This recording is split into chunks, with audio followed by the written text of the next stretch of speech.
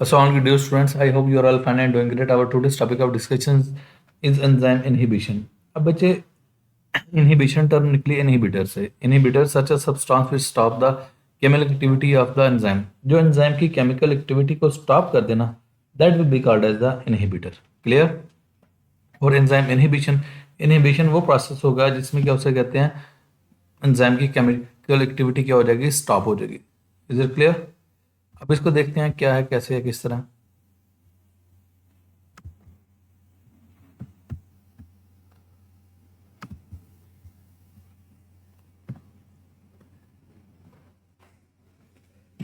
A chemical that interferes and blocks an enzyme's activity is called an inhibitor.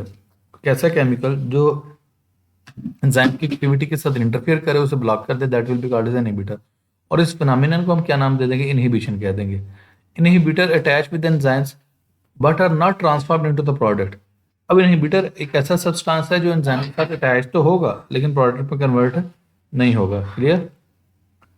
And this block the chemical activity temporarily और permanently. या तो enzyme की activity को temporary तो inhibit कर देगी या permanently. This phenomenon known as enzyme inhibition, इसे enzyme inhibition कहते हैं. The final product of enzyme reactions also act as inhibitor of enzyme of first step. Okay.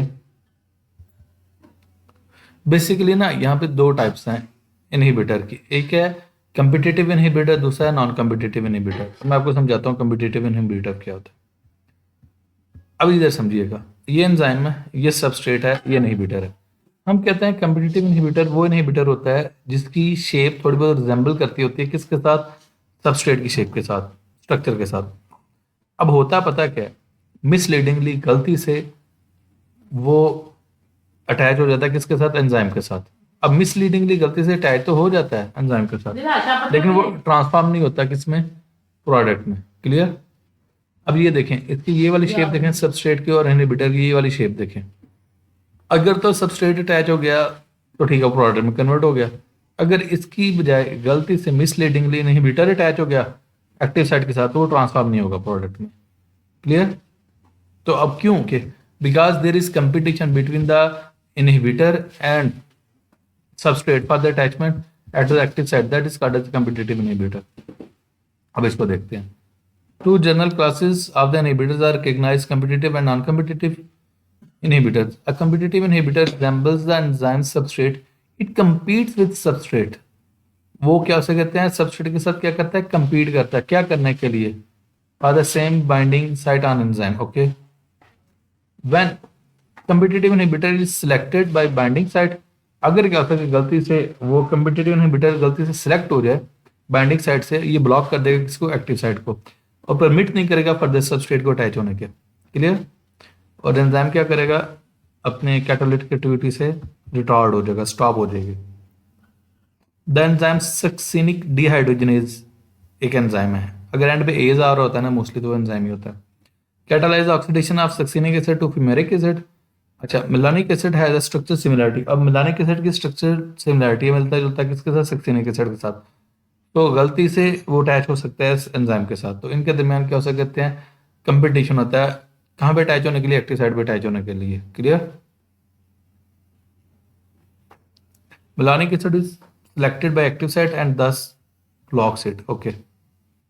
Next हम देखते हैं नॉन कम्पिटिटिव इनहिबिटर. अब नॉन कम्पिटिटिव इनहिबिटर को समझिएगा. अब इसमें पता क्या होता है, इनहिबिटर तो है लेकिन इसका स्ट्रक्चर सबस्ट्रेट से नहीं मिलता जुलता होता. इसका स्ट्रक्चर डिफरेंट होता है किससे, सबस्ट्रेट से.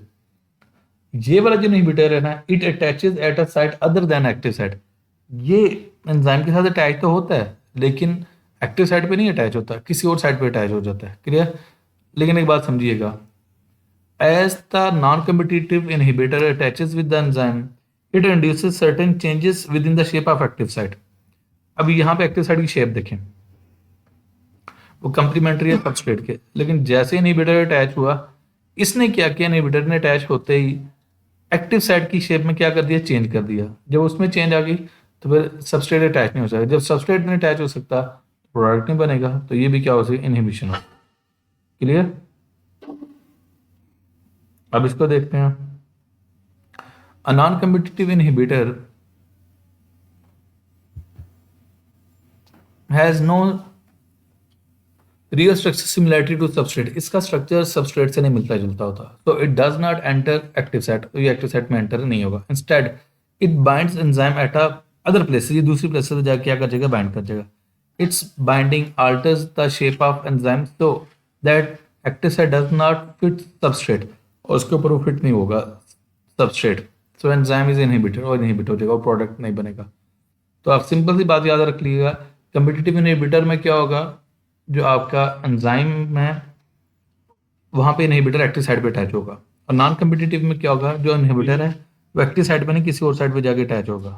क्लियर? यहाँ पे एग्जांपल देख लेते हैं। For example to substrate succinic acid and कोए react to form succinyl CoA. Clear? This reaction is catalyzed by enzyme succinyl CoA synthetase, ये enzyme act कौन करता है? After its formation, the product succinyl CoA acts as a non-competitive inhibitor. Non-competitive inhibitor के तो कहते हैं binds with the enzyme. Thus enzyme is inhibited and no succinyl CoA is produced. ठीक है? आपसे एग्जांपल ली जा सकती हैं कि कम्पिटिटिव इनहिबिटर और नॉन कम्पिटिटिव इनहिबिटर की एग्जांपल दें, आपको पता होनी चाहिए। अब नेक्स्ट है रिवर्सिबल और reversible inhibitor. Reversible inhibitor as the name indicator, reversible inhibitor वो इनहिबिटर होता है जिसके इफेक्ट को न्यूट्रलाइज किया जा सकता है, जिसके एंजाइम को दोबारा ठीक किया जा सकता है, और इरिवर्सिबल जिसके इफेक्ट को दोबारा ठीक नहीं किया जा सकता।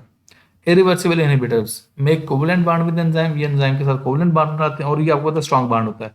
सच inhibitors can not be release by dilution और डायलिसिस, अब इंक्रीजिंग द कंसंट्रेशन ऑफ, आप सबस्ट्रेट की कंसंट्रेशन जितनी मर्जी बढ़ा लें तो इनके इफेक्ट को आप न्यूट्रलाइज नहीं कर सकते। For example penicillin destroys permanently disables the enzyme responsible for building bacterial cell wall. अब पेनिसिलिन क्या करते हैं, पर एंजाइम को परमानेंटली ब्लॉक कर देती है, और किस एंजाइम को परमानेंटली ब्लॉक करती है, जो बैक्टीरिया के पास एंजाइम होता है सेल वॉल बनाने के लिए, और इसीलिए जो पेनिसिलिन है एक एंटीबायोटिक है जो हम यूज करते हैं किसके अगेंस्ट, बैक्टीरिया इन्फेक्शन के against. Clear? Next reversible inhibitor, ये वो वाले होते हैं जो वीक बॉन्ड बनाते हैं एंजाइम के साथ, और अगर हम सबस्ट्रेट की कंसंट्रेशन को बढ़ा दें तो इनके इफेक्ट को क्या कर सकते हैं, न्यूट्रलाइज कर सकते हैं, कम कर सकते हैं। Reversible inhibitor make weak bonds with enzyme, such inhibitors can be released and the inhibition caused by them can be neutralized by increasing the concentration of substrate. Substrate की कंसंट्रेशन को बढ़ा के हम क्या कर सकते हैं, इनको न्यूट्रलाइज कर सकते हैं। For example malonate is a reversible inhibitor, okay, if temporarily slows down the reaction by blocking the enzyme succinate dehydrogenase which is involved in cell जो सेल की रेस्पिरेशन में इन्वॉल्व है, this inhibition can be reversed by malonate is removed। जारी बात है जब आप substrate की कंसंट्रेशन बढ़ा दोगे तो इनके इफेक्ट क्या हो जाएगा, न्यूट्रलाइज हो जाएंगे, और अगर ये वैसे भी इन्होंने वीक बॉन्ड बनाए होते हैं, अगर ये उधर से रिमूव हो जाए तो रिएक्शन दोबारा क्या हो जाएगा, रिज्यूम हो जाएगा। Inhibitors are often used as drugs, ये जो बॉक्स है वो पढ़ रहा हूं मैं, but can also act as poison, ये पॉइजन के तौर पर भी एक्ट ऑन करते हैं। An example of enzyme inhibitor being used as a drug is aspirin. अब एस्पिरिन एक मेडिसिन है जो हम यूज करते हैं, it inhibits the enzyme that produce prostaglandin, और प्रोस्टाग्लैंडिन क्या करते हैं, इन्फ्लेमेशन कॉज करते हैं। Thus aspirin suppresses pain and inflammation. The poison cyanide, जो जहर होता है जिसे हम साइनाइड कहते हैं, ये रिवर्सिबल इनहिबिटर है that combines with copper and iron in the active site of enzyme cytochrome oxidase, और जो क्या करता है आपकी सेल की रेस्पिरेशन को स्टॉप कर देता है, आपकी रेस्पिरेशन स्टॉप होगी तो अल्टीमेटली आप मर जाओगे।